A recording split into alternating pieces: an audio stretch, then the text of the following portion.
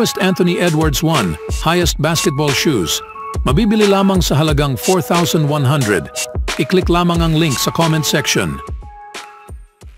Ang Dallas Mavericks ay matinding binatikos ng mahigit sa 6 na buwan dahil sa pagsugal sa hinaharap ni Luka Doncic sa team sa pamamagitan sa pakikipagtulungan kay Kyrie Irving. Sa kanilang pagpasok sa Western Conference Finals, sina Doncic at Irving ay nagbigay sa kanilang saloobin tungkol sa trade na pareho nilang pinagtatawanan ng ESPN para sa pagbibigay ng grade na D sa trade noong February 2023. Kyrie Irving, from starting the All-Star game to being a shit player. Luka Doncic, hindi ko inisip na inaalala ko ito. Nag-i-enjoy kaming maglaro ng magkasama at sa team na ito. Wala kaming pakialam kung ano ang iniisip ng ibang tao. Partikular na ang ESPN ay talagang pinupuna si Irving noong panahong iyon, kasama ang mga analyst tulad ni Stephen A. Smith na hinihimok ang guard na magretiro dahil sa umano'y kakulangan ng focus sa basketball. Habang patuloy na bumabagsak ang Nets at nagtatagumpay ang Mavs kasama si Kyrie, nagiging malinaw na hindi naramdaman ni Irving na mapagkakatiwalaan niya ang mga tao sa pamunuan ng Brooklyn.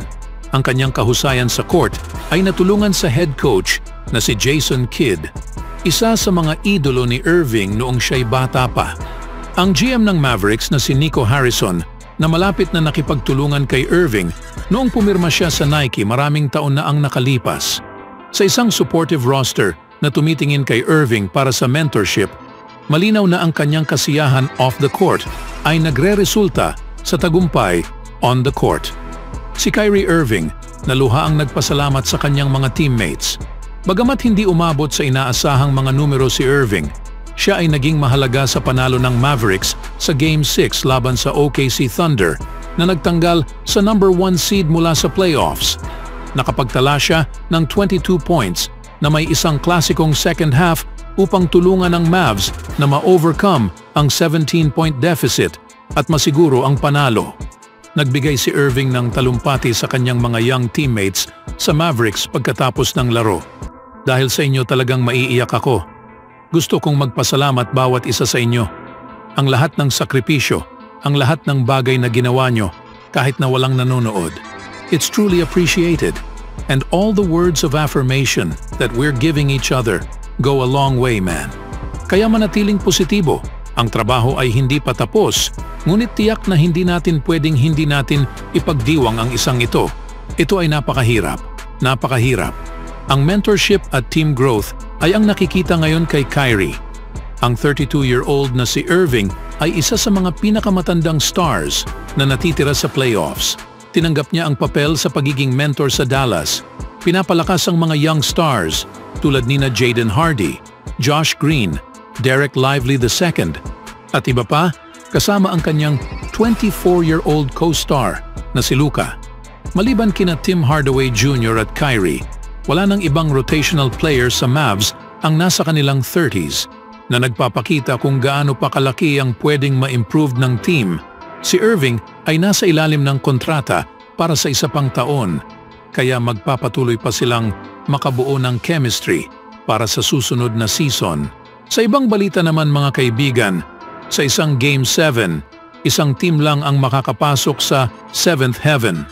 Ang Timberwolves ang nagpatuloy na nabuhay. Samantala, namatay ang depensa ng champion. Nakuha ng Nuggets ang 20-point lead. Halos hindi nagmimintis si Jamal Murray. Halos hindi makashoot si Anthony Edwards. Ang unang kalahati ay hindi pantay. Ang ikatlong quarter ay naging interesante. Ang ika-4 na quarter ay puno ng tensyon. Sobrang tensyon na kahit si Coach Chris Finch ng Wolves na hindi makalakad ng maayos dahil sa surgically repaired knee ay hindi makaupo.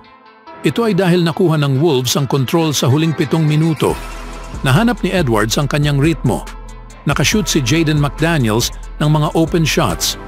Naglaro ng mahusay na depensa si Karl Anthony Towns. Si Rudy Gobert ay nakashoot ng isang fadeaway 15-footer. At si Naz Reid, ang kanyang block at dunk ang naging susi sa panalo. Bago tumunog ang buzzer, nagmintis si Murray ng isang meaningless shot. Ganun umuwi ang Nuggets. Talunan, tuliro, at hindi makapaniwala sa nangyari. Nanalo ang Wolves sa Denver ng pangatlong beses sa seryeng ito at ang huling laro sa kabila ng atmosphere at sitwasyon ay ang naging most improbable. Gusto kong ipaintindi sa kanila kung ano ang ginawa nila ngayon, sabi ni Wolves guard Mike Conley. Ang magawa ang conference finals ay napakahirap. Ito ang mahahalagang takeaways mula sa panalo ng Wolves sa 98-90 sa Game 7. Una, walang D sa Timberwolves. Pero may S para sa stops. Ang depensa ang nagdala sa Wolves sa tagumpay. Sila ang number 1 rated defense sa regular season at ipinakita nila ito sa seryeng ito. Para sa 82 games, sila ang number 1 rated defense sa isang dahilan, sabi ni Nuggets coach Michael Malone. Hindi namin na-shoot ang sapat sa seryeng ito. Ang taas ng Minnesota, kasama sina Gobert at Towns, ay ang naging susi laban kay Nikola Jokic. Bagaman hindi kayang pigilan ng kahit sino si Jokic, napanatili nila siyang limitado sa isang laro sa total domination. Napanatili nila siyang limitado sa isang laro sa total domination. Nagkaroon ng 35 points si Murray sa Game 7, ang pinakamagandang laro niya sa serye. Ngunit 6 na puntos lang ang nakuha niya sa ika-4 na quarter. Nalimit ng Wolves ang iba pang mga players ng Nuggets. Si Jokic at Murray lang ang nagkaroon ng double figures. Sa kanilang 4 na panalo, 3 beses na pinanatili ng Wolves ang Nuggets sa 90 o mas kaunting puntos. Sa Game 7, umiskor ang Denver ng 37 second half points lang. Pangalawa, walang tulong para sa Big 2 ng Nuggets, si Jokic at Murray. Sila lang. Hindi sapat yon laban sa depensang ito. Wala sa malapit. Nakapag-combine sila ng 69 of 90 points ng team. Si Porter ay muling naging ghost, hindi makashoot ng 3 o magpatiklop sa Wolves. Si Aaron Gordon, na naging epektibo sa malaking bahagi ng serye, ay hindi makagawa ng maganda. Ang bench ng Nuggets ay nagbigay lamang ng 5 puntos. Pangatlo, si Gobert ay nagkaroon ng game's most memorable shot. Si Rudy Gobert ang gumawa sa pinaka-memorableng shot sa laro. Hinarap niya si Jokic, tumalikod at ginawa ang 15-foot fadeaway na may 7 minuto pa ang natitira. Isang crucial na sandali sa dikitang laban. Una, bakit siya napunta sa isang posisyon para mag-shoot? Well, tumatakbo na ang shot clock at nasa kanya ang bola. Wala nang oras para ipasa. At nangyari ito pagkatapos ng timeout kung saan naghanap ng solusyon ang Wolves matapos na cut ang kanilang lead sa 2 puntos. Pangalawa, ibig sabihin, na-shoot niya talaga? Para sa isang player na bihirang mag-shoot sa labas ng paint, oo, nagawa niya. Na-surprise ka ba? Tanong ni Gobert pagkatapos. Siyempre. Swerte, ayon kay Conley. Ginawa niya yon para bumawi sa kanyang missed dunk, biro ni Finch. Dumagdag si Conley. Actually, excited ako.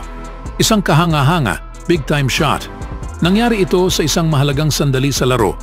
Pagkatapos magkaroon ng foul trouble ang ilan sa aming mga kasama, nagsimulang maging mahirap ang laban. Ang pag-shoot niya ay nagbigay ng kaunting momentum shift para sa amin. Ito rin ay isang momentum shift para kay Gobert. Pero walang ibang naging mas bigger player defensively sa ika-4 na quarter kaysa kay Gobert, na naging pivotal sa rim habang binabantayan si Gordon, na may 4 na puntos lang para sa laro at tumutulong kay Jokic. Pero ang shot na yon, nang naitama ni Rudy ang turnaround, sabi ko, oo, nakuha na natin sila, sabi ni Edwards, na siyang ginawa ang pangako na mag-take over sa huling mga minuto sa laban.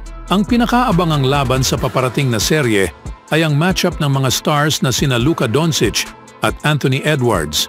At ito ay may magandang dahilan, ngunit ang mga cross matchups ay magiging interesante ring panoorin.